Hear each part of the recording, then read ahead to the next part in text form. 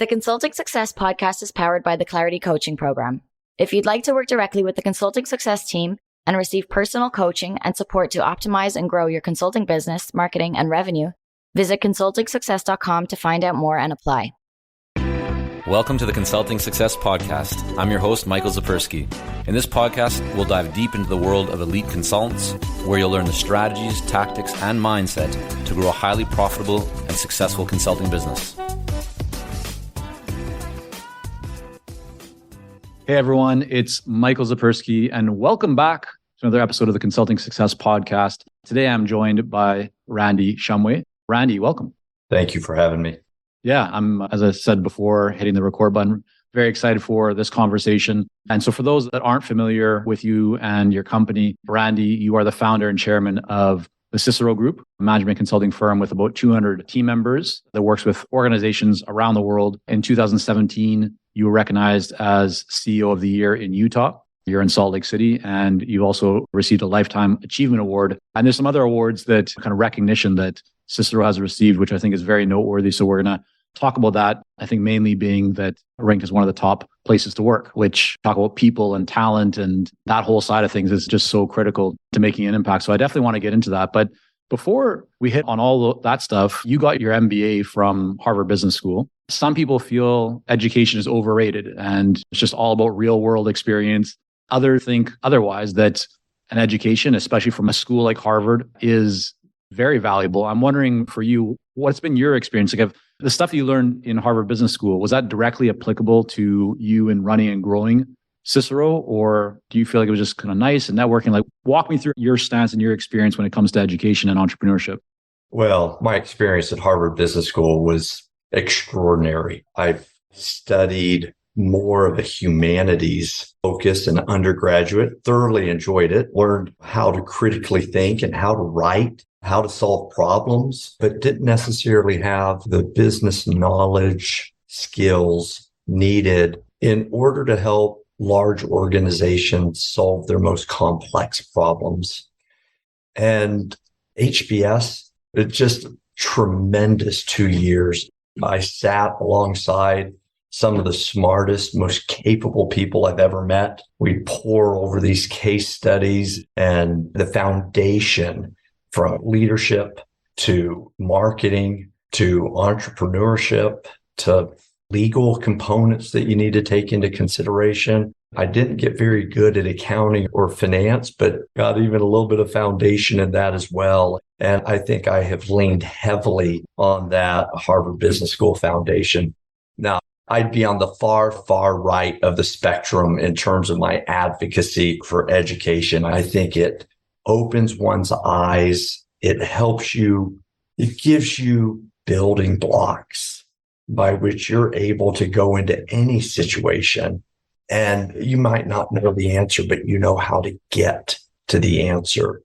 And it creates an inquisitive nature that propels lifetime learning. And frankly, when management consulting, it gives a degree of credibility that you have a degree of training that's prepared you to give clients accurate answers. So you started the company in 2001. What made you start your own consulting firm? I know you had an internship at another large consulting firm and spent some time in different organizations, but why not just climb the corporate ladder or work for a private equity firm or a hedge fund or something else? Why actually go out and start your own firm? Well, I often am asked to speak at business schools. And one of the questions I'm always asked is, what was my business plan? And the second question I'm always asked is, what's my exit strategy? We can come back to the exit strategy second. My business plan, I wanted to pay my mortgage. It was one page, yeah. So I had worked at Bain & Company, but both my wife and I had more humble upbringings than the majority of my classmates. I remember an orientation sitting by Brian Bowinkle, who was a West Point cadet and had been an Army officer, and he and I were both there for financial aid. And the financial aid officer walked into this group and said, I want to put your hearts at ease. A full 40% of you are requiring some degree of financial aid or another. And Brian and I looked at each other with our jaws dropped because it had the opposite effect on us. And we've said to each other, 60% of our classmates can afford this. It was a new world for us. So I actually worked, I say full time, it was 31 hours a week all through graduate school. Both my wife and I were in graduate school simultaneously, and we were terrified by the student debt. My dad calls me before we start and said, "Are you nuts? You will borrow 6 times as much money in 2 years as your mom and I have struggled for 30 years to pay off in terms of our mortgage." And so it was just an unseemingly high amount of money that we were borrowing. And so I worked 31 hours a week. That was what was required to get health insurance at this great company called Think New Ideas. It was an integrated marketing company that this is the late 90s. Organizations are just discovering the internet. And I was lucky enough to be hired as their director of strategy. And I would go in and help these organizations think about what technology could enable in terms of strengthening the relationship with customers. So I had worked there. Think New Ideas was acquired in 1999 by a KPMG spinoff called AnswerThink. And so I remained at AnswerThink, and they sent me to San Francisco after graduate school in order to lead the integration of 3 of their operations in San Francisco. And an extraordinary learning experience. But a year into it, this was the beginning of 2001, we were experiencing the dot-com bust. And so AnswerThink decided to kind of consolidate operations east of the Mississippi and offered me to move to New York City and work in their New York City office as they would be closing each of their West Coast offices. And it just so happened that during this period of time, my wife and I had unexpectedly become foster parents to a 14-year-old young man. Fast forward, and we subsequently adopted him. He's every bit a full-fledged member of our family today. But here we are, foster parents to this sweet 14-year-old who had just experienced the real vicissitudes of life for the first 13 years of his life. And Maureen, my wife, said, "I don't care what you do. You can be a clerk down the street at Walmart, but we're not moving him out of his high school until he graduates. He can't have that type of disruption in his life. If anything, he needs continuity at this stage." And so I called my boss and I said, "Listen, I can't move to New York City, so I'm going to have to leave. Here's the reason why. I love AnswerThink. I'd love to continue, but I can't move. So I'm going to go look for a real job. And in the interim, I'm going to consult." And I had in my head that if I called it Cicero Group rather than Randy Shumway subcontractor, that I could charge $25 more an hour. And so we started it as Cicero Group, just rubbing nickels together. And I'll tell you what, each of my 3 former employers, Dow Chemical, AnswerThink, and Bain & Company, were our 3 first clients. So my boss at AnswerThink said, "If that's what you're going to do, then we'll hire you." And so suddenly I had 3 clients, and it's a nice lesson to be learned that you never burn bridges with past employers. Fast forward a couple of months, and I'm interviewing for what I thought was my dream job. It was to be the chief marketing officer of a company, and 5-minute commute from my home in San Francisco. Great people with whom I'd be able to work. And in my final interview with the CFO, he leans across his desk and says, "Randy, I'll be honest, I'm not sure if you want a job or if you want a client." And it caught me off guard. I thought for a moment and I said, "Well, I think you're right. I want a client." And I went home and told my wife, "We're going to make a run at this. Like, this is my 4th client. Let's see if we can make it go." And we've never looked back. It's been an incredible ride. Yeah, amazing. So I want to fast forward from that time a little bit, because I imagine that in the early days, you were doing almost everything, if not everything, inside of the business. So sales, business development, minimum. There's a point where in many companies, the founder will hold on to sales, business development for quite a period of time because of the focus on relationships and their network. And I'm wondering for you, Randy, at what point, and maybe at kind of what level of revenue or number of employees, did you bring on others to do business development to kind of take sales off of your plate? Well, I guess never. That's not the answer you're looking for, but oh no, I'm not looking for any answer. You tell me what. Cicero, one of the things that I think has distinguished us is none of us, we are salespeople. we do not have a sales team. Our experience has been that if we deliver really high quality work to our clients, that they retain us to do subsequent work. They refer us to other organizations. Executives at the company leave and go to another company. And when they get there, they say, you ought to hire Cicero Group. And it becomes this positive, virtuous cycle.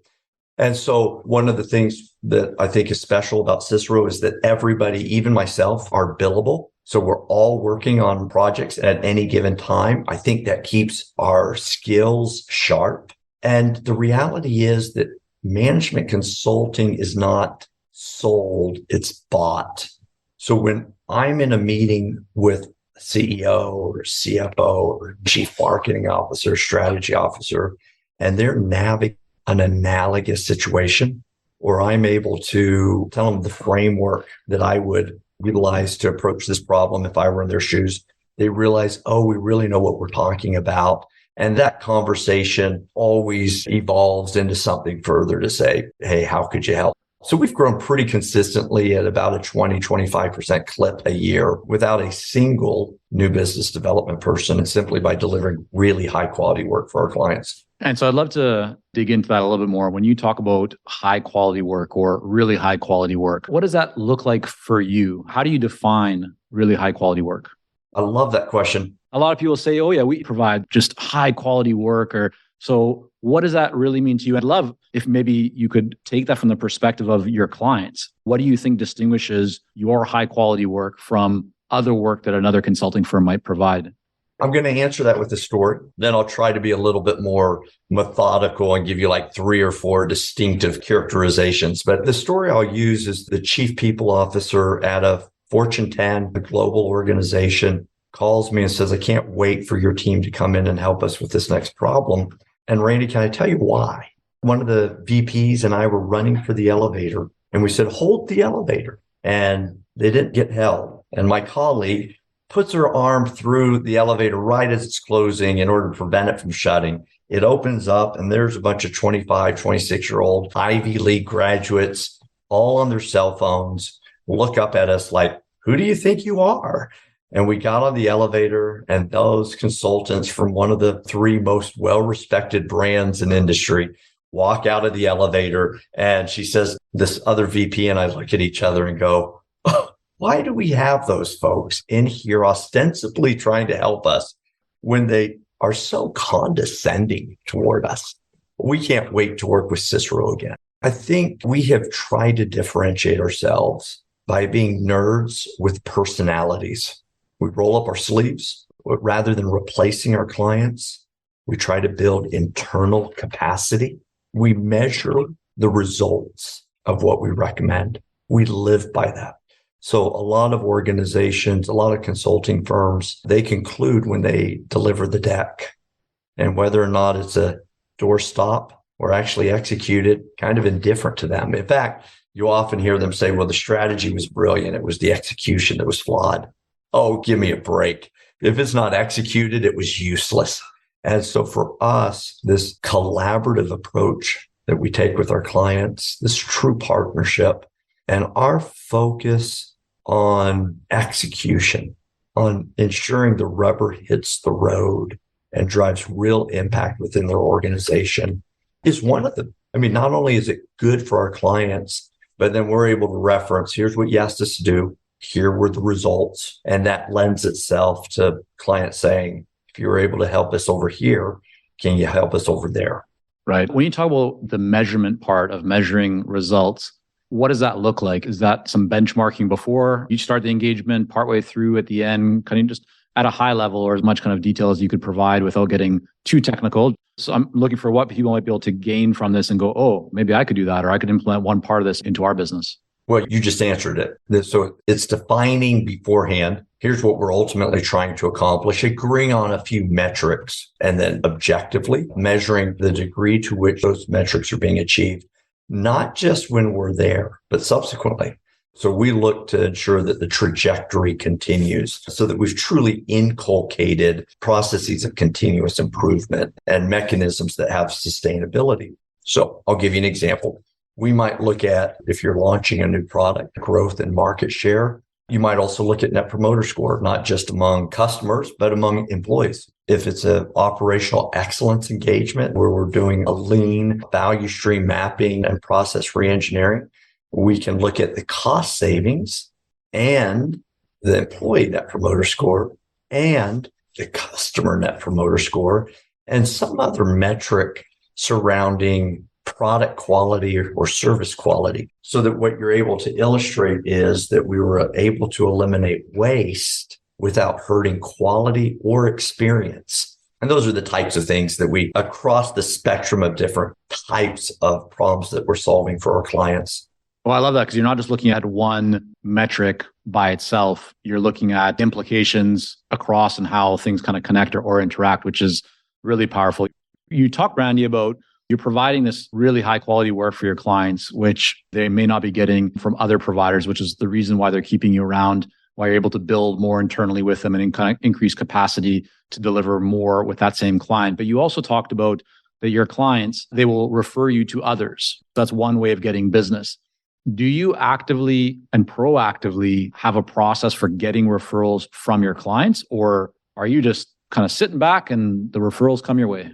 Yeah, I wish we were sitting back and the clients were just coming our way. We actually flew in all of the partners from our various geographical offices last week. And on Friday, we spent 5 hours deliberating how to maintain growth without sacrificing quality of work, but also the quality of people. Culture matters a lot to us. You referenced the fact that we're ranked one of the top 5 best consulting firms to work for in the world. And we take a lot of pride in that. So the discussion strategy session among all the partners at Cicero was, how do we maintain our growth trajectory without diminishing either of those? And frankly, we're actually considering a new business development track within the organization, because we're now at a size where you're so big, you need to have a new business development mechanisms. But we also talked about what we can do organically to continue to nurture those relationships with clients, because so much of the work we do is at the senior-most level of the organization. Oftentimes, those individuals serve on boards of directors. They serve in various community responsibilities where they're interacting with others. And so it's rare that a client isn't involved in another organization that is seeking. It's rare that they don't have this, that where the other organization with which they're involved isn't seeking mechanisms to improve, where there's an opportunity for them to say, I know an organization that delivers McKinsey level, Bain level quality of work, but in a different style of partnership and at a different cost point that may be a little bit more sustainable. Got it. So what I'm taking from that, is, correct me if I'm wrong, is that your current approach to referrals is more about connecting with the right people or being with those people on boards or whatever it might be. It's not so much a script or a system or a process that you run with clients at a specific timeline in the engagement to say or do something that triggers something. That it's not that. It's more the former. It's not very systematized, but I think every one of us, when we're at dinner with clients, when we're wrapping projects up, we ask them, are there other ways in which we could assist, or have other organizations with whom you're working that we could be helpful? I had one client a number of years ago say, Randy, every other consulting firm I work with, before they even start the first project, they're selling me on the second one. And I resent that. And Cicero doesn't do that. And I appreciate that about Cicero. And this particular client had not hired us for a bit of time. And I laughed and said, I don't know if that's a positive or a negative commentary, because clearly you didn't hire us for that second project. And he laughed and said, no, we're getting you in on something that we actually need a lot of help on. But he goes, I don't feel like I'm ever sold by you. I feel more that your work speaks for itself. And that's what's the tip of the spear that has us asking you to come back again and again to continue to help. Hey, it's Michael here, and we'll be right back to the podcast. But first, are you ready to grow, scale, and take your consulting business and marketing to the next level? If so, our Clarity Coaching program may be a great fit for you. You'll work with our experienced team to set up a strategic plan for your business and coach you step by step in areas like how to consistently attract more leads, develop a magnetic message that resonates with your ideal clients, strategically package and position your services, earn higher fees, win more proposals, and scale your business. To find out more about Clarity Coaching and apply, go to consultingsuccess.com and click on coaching. So Randy, I'm wondering for the firm owner that might have 10 people right now and wants to grow to 30, or the one that's at 30 that wants to grow to 50 or 100, what do you think they need to be kind of focused on at each stage? Another way to kind of say this is, what should people be paying attention to, or what do you kind of see as the shift in focus or activity as you kind of go through the different stages of growth? Yeah, no, it's a tremendous question. And there's variations at each level. We'll hit our 22-year anniversary here in a couple of months. And we take a great deal of pride in not playing house. What do you mean by that? Yeah, thanks for asking.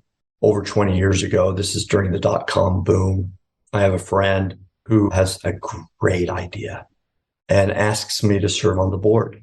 And every quarter when we would meet, they would talk about what they were doing to perfect the business plan and the people that they had added to there was a board of directors, but there was also a board of advisors, and how thoughtful they had been about the structure from the beginning of the company, because everybody had these examples of how they had ignored the structure of the company and then it had blown up because when they got big and went public, there was all this confusion and greed and hurt feelings. And so they were going to build it right from the get-go. And every meeting I would say, have you piloted the product with a couple of customers?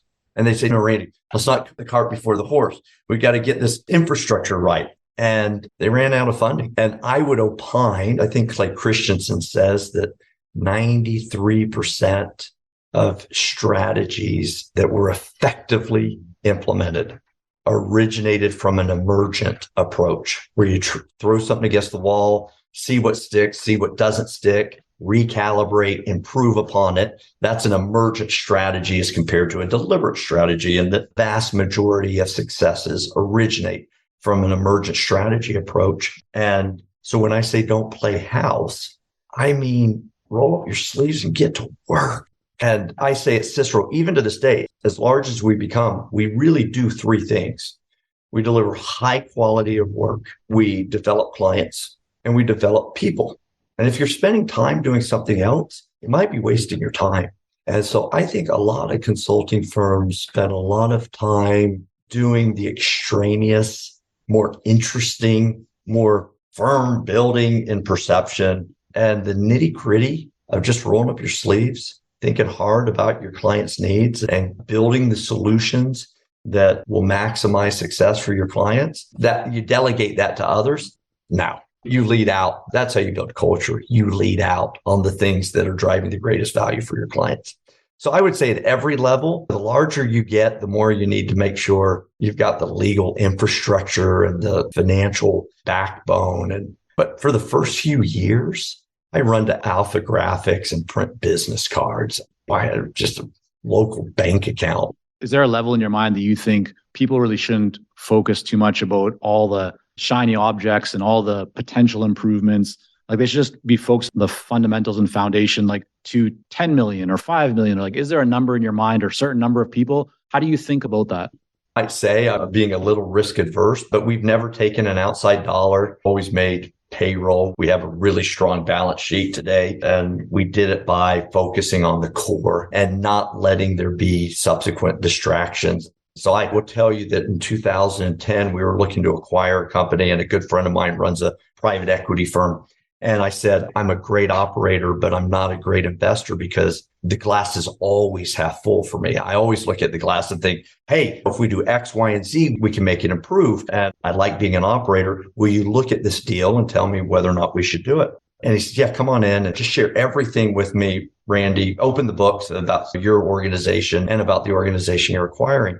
Halfway through our discussion, when I came in to do that, he said, now, who's your banker? And I said, what do you mean? And he said, who's your bank? I was like, I don't need a banker. I get deposit funds and I withdraw funds. And he goes, who do you have your line of credit with? I said, line of credit? Well, I don't need a line of credit. If we don't have the money in the bank, we don't do it. That's how we prioritize. He starts full belly laughing and going, come on. I don't know. I'm a believer in the blocking and tackling. When we first started Cicero, I got a few friends as we started gaining more and more clients. And what I'm saying really happened. Like we had a room at my house and we had a big desk and we all sat around it with laptops. We had a couple of whiteboards on the wall. We had a big phone in the middle of the conference room, and we'd all put headphones in and work and then take them out and collaborate, things like that. And the phone would ring and they would pick it up and say, Cicero Group, this is Daniel. How can I help you? And the person would say, oh, may I speak with Monica? And Daniel would say, one moment, let me see if Monica's in her office, and then hit hold and look across the desk and say, hey, Monica is on the phone for you. Do you want to talk with them? And she'd say, oh, yeah, absolutely. I've been waiting for that. And then he'd go back off hold and say, let me transfer you to her now, which would be him handing the phone over to her. And again, today it's a different environment. So there's lots of analogies that we could apply this to, but we didn't need a sophisticated phone system. We didn't need a sophisticated network and a monthly lease and things like that. I think we were probably a dozen people before we secured an office and a legitimate phone system. And we were probably 25 people before we hired a law firm to structure spend $10,000 to get all the corporate documents done correctly and things like that. Because it's just like we were pinching pennies to focus on the core. Well, I think that's such a powerful message because I think there's more options and opportunities than ever before. People get distracted with all kinds of software and tools and just new trendy, shiny objects and shift their concentration away from the things that really matter most. So it's a good lesson to have you share. I want to ask you as well, Randy, when you look at your lessons learned to this point in growing the business over the last couple decades or so, what are some of the, I call them lessons learned, AKA mistakes that you've made? Like you still remember big ones. And with the benefit of hindsight, if you could go back, maybe you would fix them, maybe you wouldn't, but just what is something that you've learned from that you go, gosh, I don't want somebody else to make this mistake, or I think this would be a really great opportunity for somebody to adjust knowing what I know now. What stands out for you? So many examples. We learn best from the mistakes we've made, and we've made quite a few doozies. So the first thing I would say is that we really have tried hard to leave room for learning from our mistakes. I worked at an organization once that really came down hard on people when mistakes were made. It made no sense to me at all because it stifled innovation. People were reluctant to take risks, and the status quo was rewarded, and it's what they got. And so I hope one of the things we've effectively done as an organization is just learn how to celebrate mistakes, and instead of sweeping them under the carpet, share them with one another and collectively learn from them. Was that not always the case then? I think it's always been the case at Cicero to do that. And so along if you were to ask keys to success, it was inculcating that behavior that allowed people to make mistakes, to laugh about it, and to learn from it. There's times in which you extend yourself and say, well, if we could do that A and we could do B, then we could certainly do C. And there's times in which we've gotten up over our skis. Well, if we could do A and B and C, certainly we could do D and E. And we start doing it and realize we didn't have the core capabilities that were necessary. And in those cases, we scramble, we go get the right people, we bring them in, and we lose money, but we never don't deliver. And so there's been a few of those, but there's also been a few of those, honestly, where suddenly we were doing new, innovative things that we previously didn't think we had the capacity to do, that we discovered that we were actually quite good at. So given that's the case, that you're going to take some bets, there's a risk at times they're not going to work out and you've overextended and money's been kind of down the drain. But other times you've taken the same kind of actions where you're trying something new and it does pay off. Knowing what's your belief around that, do you believe that firms should be taking those kind of calculated risks and trying new things, knowing that at times there will be waste? Or is it better just to stick to your core and keep focused on it? How do you feel about that?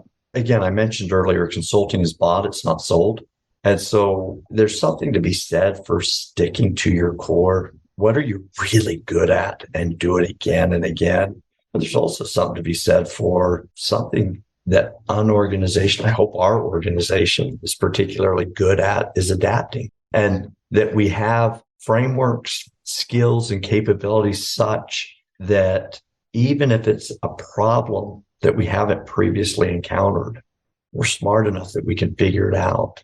And so I think that keeps your tools sharp. But I also think aligning with client needs is something for which the best management consulting firms are constantly seeking to do. Yeah. Just a few more questions, then we're going to wrap up here, Randy. So I love this. Okay. Yeah, thank you. For those that are running firms right now and are thinking about an eventual exit at one point down the road, what suggestions would you offer them to increase the value of their firm, or just things that they should be thinking about now as opposed to waiting for the future? I so appreciate you asking me that question. I told you that the two questions I always get asked at schools is MBA students raise their hands and say, what was your business plan? Didn't seem like you had much of one. And I'm like, nope, we didn't. And then another one will raise their hands. I questioned your exit strategy. Wouldn't you have been smarter to have built a product company in which you made money while you sleep? And I always chuckle, like, why is the objective in building something to exit it? I mean, could you imagine going into a marriage, thinking about what your exit strategy should be, or going on an incredible vacation or a journey and thinking like, what's my exit strategy? Enjoy the journey. We started Cicero with a vision of working with people that we loved working with, but both internally as well as clients, solving complex problems that made a difference and being excited to get out of bed every day to go make a difference in the world. And I've never thought about exit strategy. I've never thought about exit strategy because why exit something that I love doing that's truly having legitimate impact? And so I frown at the mechanisms used in order to position an organization to be attractive for a sale or something like that. Just build something that you want to be working at for an extended period of time. And if somebody comes along and wants to acquire it, I think it'll be more valuable. Last year, we divested a subsidiary of Cicero, a company that we had built over 15 years. It was a management consulting firm that was doing incredible work. Was it under the Cicero brand, like had the Cicero name, or was it a separate name? It was called Education Direction. Okay. And it did exactly what we've been talking about today, but it did it in K through 12 schools, school turnaround. So we would go in and we do an exhaustive root cause analysis to understand the things that were most obstructing maximum improvements in student learning. And then we'd overlay evidence-based practices. Then we'd roll up our sleeves. And for the next 2.5 years, we'd work with these schools to build techniques of continuous improvement to drive student learning. Had an 86% success rate. That's fantastic. Extraordinary. Yeah. It's unheard of in public education. And we built it to maximize impact. And in the process, a very well-respected organization came along and said, we can do really great things with your company. Randy, we're in every school district in every state in the country, and schools all over the country need these services. So combining the magic that you've created with the relationships and network and reputation that we have will accelerate the opportunities for the employees in that division, but really expand the number of schools with which they're able to be working with. Did they acquire that company or? So they acquired it. Made all the sense in the world in terms of opportunities for the employees, made all the sense in terms of the network that we would capture in terms of the number of schools we'd be able to expand to. And it made sense economically. But it isn't something that we had proactively sought. And frankly, the result of that is that those that were in that division loved working at the organization every day up until we sold it. And they're all still there having an extraordinary time because the focus was on building something that had impact rather than building something that would align our financial pockets. Right. Your role today and your title, right, is founder and chairman. Yet you mentioned that your work today is still to a degree, I don't know what percent, is billable. I'm wondering, how do you spend your time on like a typical day or week? How involved are you in actual client projects, doing delivery of work, or do you spend the majority of your time more on kind of strategy, vision, team, just high level breakdown of how you kind of structure your typical day? Yeah. Probably a third of my time is client billable work where I'm leading an engagement. I'm working to help a client solve problems. Probably 1/6 of my time is spent on what are we doing and how are we navigating it? Are there some inorganic opportunities that we should be considering? Where should we be expanding geographically? Why is one geographic location doing better than another geographic location? What can we learn from that? Probably 1/6 of my time is spent on people development, mentoring, training, being a thought partner to individuals, professional development type things. And then the remaining 1/3 is probably spent on new business development, right? Evaluating proposals, meeting with prospective clients, doing community work. I haven't done many podcasts, but speaking at conferences and doing televised interviews and things like that. I serve on a few boards, and both corporate boards as well as philanthropic boards. And so that takes a portion of that time in that bucket as well. And then Randy, so with 200 kind of employees, team members, how many direct reports do you typically have, or what does that structure look like? I don't mean for the whole organization, but just more as you've grown. To me, it sounds like you have a very hands-on direct approach throughout the organization, but how many people are you having like set weekly meetings with that are direct reports? You would be so disappointed in our organizational structure. We're very flat. I think of one of the senior partners, Lawrence Cowan, been a partner for many years. And I love the guy, constantly learning from him, coming into my office the other day and saying, dude, what are you doing in my backyard? And it was an area for which he has responsibility. And I inadvertently had swam outside of my lanes and was trying to help out in something for which he had responsibility. It was totally inadvertent. My motive had been pure. It had been to help, and then just kind of scope creep, being in his lanes. And I don't like people swimming in my lanes. I immediately said, dude, I did not mean to. I apologize, and shared with him everything that I'd learned, what the work I'd done so far, and handed it over to him and said, you run with it. This is your department. So one of the things we do is among all departments, all the partners, we have different responsibilities. How many partners roughly across the company? A dozen. Maybe 15. I guess we call them senior partners and partners, but they're all partners. And so I guess if you combine partners and senior partners, you're 15, 16. Okay.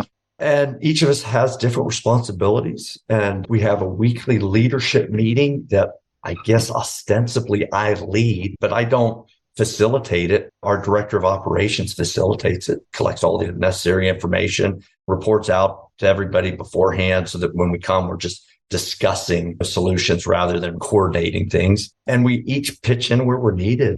I guess the buck stops with me, but usually I have a few things for which I have responsibility, and other partners have things for which they have responsibility. And sometimes we're going to work on something where the particular responsibility, the buck stops with an engagement manager or a principal. And if so, I treat them as if they're the boss and say, okay, I'll return a report. I'll tell you what things I did and where I got them to, and I'll deliver them to you just like I would expect you to do with me if I were in charge of it. Got it. All right, quick rapid fire before we wrap up here. I'm really interested in your approach to lifestyle, building a sizable firm. How do you find balance? What are you doing on a typical daily basis, Randy, in terms of, are there a couple of habits that you have that you feel really contribute to your success, to showing up with being able to deliver at high levels, being focused? Anything kind of stand out?